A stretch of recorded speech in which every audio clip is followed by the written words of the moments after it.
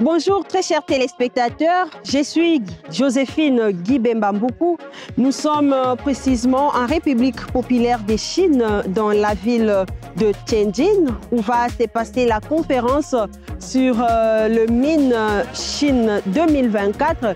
Nous sommes précisément dans la salle Tianjin Meijin Convention Center, où l'ambassadeur de la République démocratique du Congo en République populaire de Chine, son Excellence François Nkuna Baloumouene, va prendre parole à 14h30 heure de Chine. Restez branchés pour la suite de nos informations.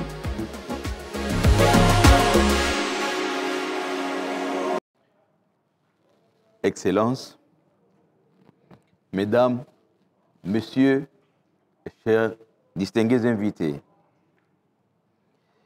c'est avec un grand plaisir que je me présente devant cette assemblée distinguée et réunie pour cette édition de la China Mining Conference organisée par l'Association minière chinoise sous la direction du ministère des Ressources naturelles de la République populaire de Chine, dans cette magnifique ville de Tianjin. Je vous salue très chaleureusement et vous remercie de tout cœur de m'avoir associé à cet événement d'une grande importance pour l'avenir des sociétés minières chinoises dans le monde, leurs défis et opportunités. En ma qualité d'ambassadeur de la République démocratique du Congo en Chine, je tiens à exprimer ma profonde gratitude pour avoir été sélectionné parmi les principaux orateurs pour ce sous-forum organisé par la société Zijin Mining Group. Avant de poursuivre, je tiens de prime abord à saluer notre hôte de séjour et secrétaire du conseil d'administration de Zijin Mining Group, M. Zheng Yongsheng. Je voudrais également saluer l'académicien et directeur indépendant de Zijin Mining, M. Mao Jingwen. Enfin, je salue le président du groupe CNMM China, Monferros Metal Mining, M. Yang Doyong, ainsi que tous les distingués invités. Le matin du 2 septembre 2024, le président Xi Jinping a rencontré le président de la République démocratique du Congo, M. Antoine Félix Tshisekedi, lors du sommet de Beijing du Forum sur la coopération sino-africaine au Grand Hall du peuple à Beijing. Le président Xi Jinping a fait remarquer qu'en mai de l'année dernière, il avait élevé conjointement avec le président Félix Antoine Tshisekedi la relation entre la RDC et la Chine à un partenariat stratégique global. De nombreux accords communs conclus entre les deux chefs d'État ont alors été mis en œuvre. La coopération pratique bilatérale dans les divers domaines a progressé à pas de géant au profit de deux parties. Cette coopération revêt une importance stratégique et sert de modèle aux pays en développement pour faire progresser conjointement la modernisation. La Chine fait progresser sa modernisation de manière globale dans un développement de très haute qualité, tandis que la République démocratique du Congo entre dans une nouvelle étape de développement et de revitalisation nationale. Les deux pays sont des partenaires sur la voie de la modernisation et devraient être des amis sincères avec des idéaux et croyances communs, des partenariats mutuellement bénéfiques et des bons amis qui travaillent ensemble dans la paix. La Chine soutient la République démocratique du Congo dans la sauvegarde de sa souveraineté nationale et la réalisation d'un développement indépendant. Plus important encore, la Chine est prête à consolider la confiance mutuelle politique avec la République démocratique du Congo et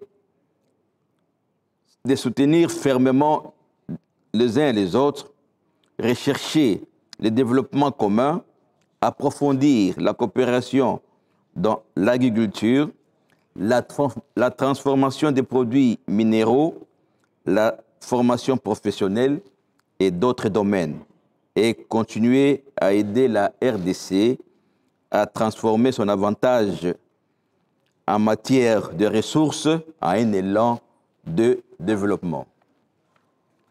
Excellences, Mesdames, Messieurs, distingués invités, avec une superficie comparable à celle de l'Europe occidentale, la République démocratique du Congo est le plus grand pays de l'Afrique subsaharienne. Elle possède des ressources naturelles exceptionnelles, notamment de minéraux tels que le cobalt, du cuivre, coltan, lithium, etc. Un potentiel hydroélectrique, de vastes terres arables, une biodiversité exceptionnelle et la deuxième plus grande forêt tropicale du monde. Sa position stratégique en Afrique centrale en fait un marché potentiellement attractif pour les entreprises chinoises. Le potentiel que possède la République démocratique du Congo en termes de ressources naturelles n'est plus à prouver. Pour obtenir des informations supplémentaires sur le potentiel minéral de la République démocratique du Congo, veuillez consulter les tableaux qui s'affichent. Aujourd'hui, je vais plus me focaliser sur un sujet important et multiforme qui s'intitule « Minerais stratégiques, rôle de la République démocratique du Congo dans l'écosystème et la chaîne de valeur des métaux au niveau régional et mondial ». En effet, après une année de croissance modérée, 1,7% en 2020, la croissance économique de la RDC a atteint 8,6% en 2022, conservant ainsi le dynamisme de 2021 qui était à 6,2%. Grâce à l'augmentation de la production minière et aux prix mondiaux élevés des exportations comme le cuivre et le cobalt. En 2023, le volume des échanges entre la République démocratique du Congo et la République populaire de Chine s'est élevé à 18,7 milliards de dollars américains. Au début du deuxième semestre de cette année 2024, nous avons déjà dépassé la barre de 14,7 milliards de dollars américains. Cela équivaut à une augmentation de 37%. Ces chiffres font de la République démocratique du Congo le deuxième grand partenaire commercial de la Chine en Afrique au premier semestre 2024. Mais ces chiffres font également de la République populaire de Chine le premier partenaire commercial de la RDC et principal destinataire des exportations congolaises, absorbant plus de la moitié des exportations minières du pays. Excellences, Mesdames et Messieurs, distingués invités, l'industrie minière de la République démocratique du Congo est l'une des plus riches au monde. Le secteur minier étant estimé à environ 24 trillions de dollars américains. La République démocratique du Congo a exporté 2,84 millions de tonnes de cuivre en 2023. Ces niveaux de production confirment le redressement du secteur économique dans le pays et aussi les reculs de la contrebande que contrôlent les réseaux actifs dans la province du Katanga.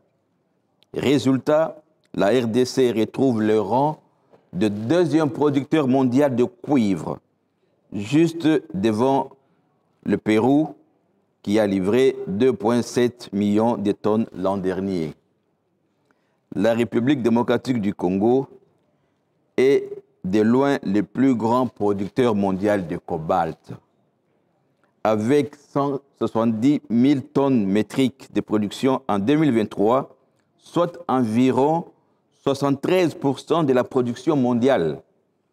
Il s'agit d'une étape importante, non seulement pour Kamoa Mining, première mine de cuivre en Afrique, mais pour l'ensemble du pays et du continent, car cela représente un coup de pouce économique très nécessaire qui pourrait servir de levier pour activer d'autres secteurs économiques tels que l'agriculture, la transformation, le tourisme, les commerces. La RDC, le plus grand producteur mondial de tantale, qu'on appelle communément coltan, a accru ses activités minières de tantale ces dernières années.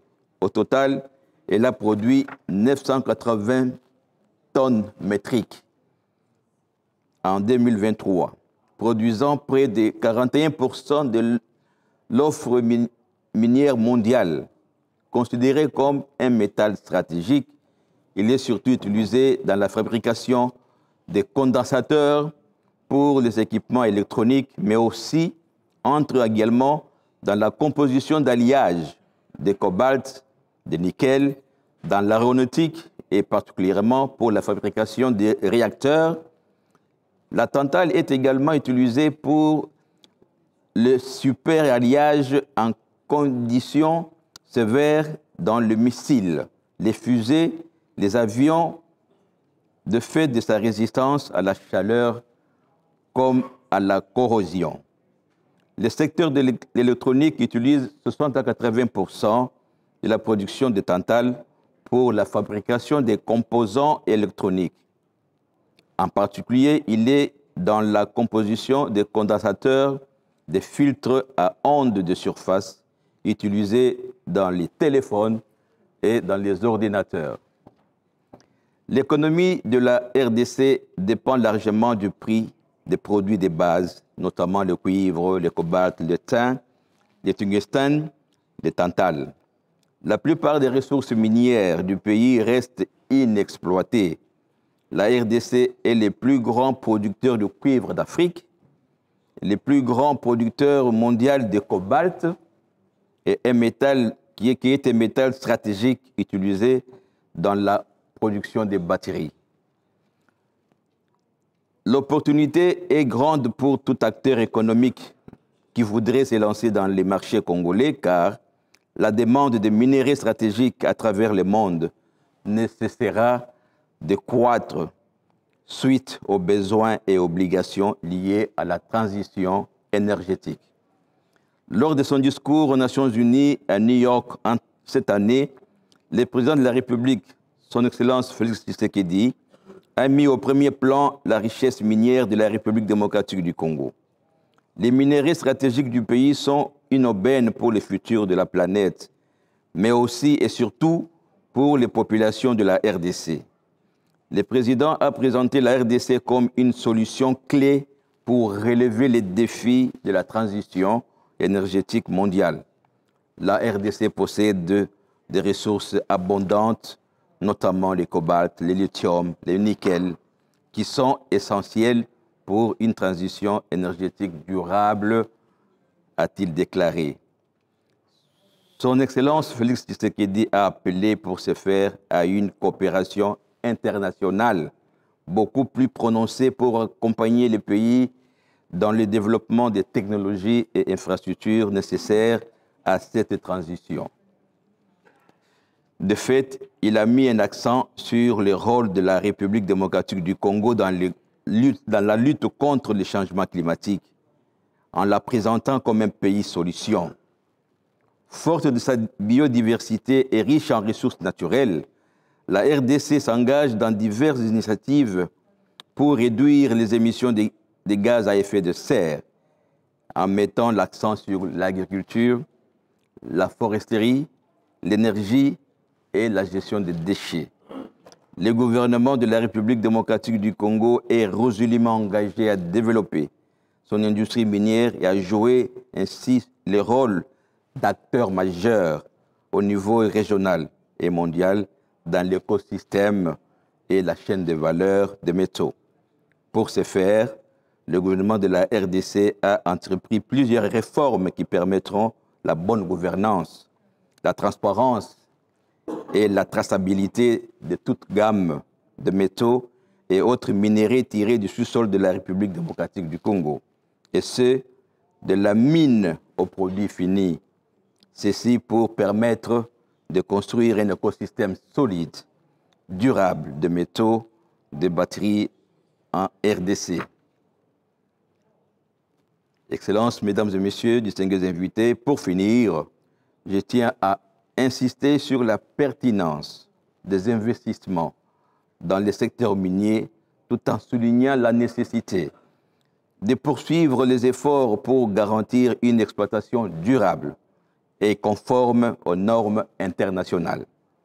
Je voudrais profiter de ce podium de la Chine Mining Conference par le truchement de Zijin Mining Group pour mettre en avant l'engagement du gouvernement congolais à faire respecter les standards environnementaux et à promouvoir le développement des communautés locales. Les succès de vos opérations minières devraient consister à la mise en valeur des ressources naturelles localement. Cette démarche dépendra toutefois de la capacité des entreprises concernées à formaliser et sécuriser ces secteurs avec une approche qui vise à maximiser les bénéfices économiques tout en minimisant les impacts négatifs sur l'environnement. En assurant une traçabilité stricte et une gestion transparente, la RDC ambitionne de faire de cette filière un modèle de l'exploitation minière responsable en Afrique centrale. Ces initiatives, si elles se concrétisent, pourraient non seulement générer des revenus substantiels pour le pays, mais également attirer davantage d'investissements étrangers dans le secteur minier. Cela permettrait de diversifier l'économie nationale et de renforcer la position de la RDC en tant que fournisseur mondial de minerais stratégiques. Que ce soit pour la transition énergétique ou pour la création des chaînes de valeur, j'appelle à tous ceux qui sont déjà installés en RDC et aux autres qui ambitionnent d'y investir dans l'exploitation des ressources minières, de miser sur les potentiels disponibles au niveau national. Il faut transformer sur place vos minéraux et ainsi intégrer l'économie de la République démocratique du Congo dans la chaîne de valeur mondiale. Je vous remercie pour votre aimable attention.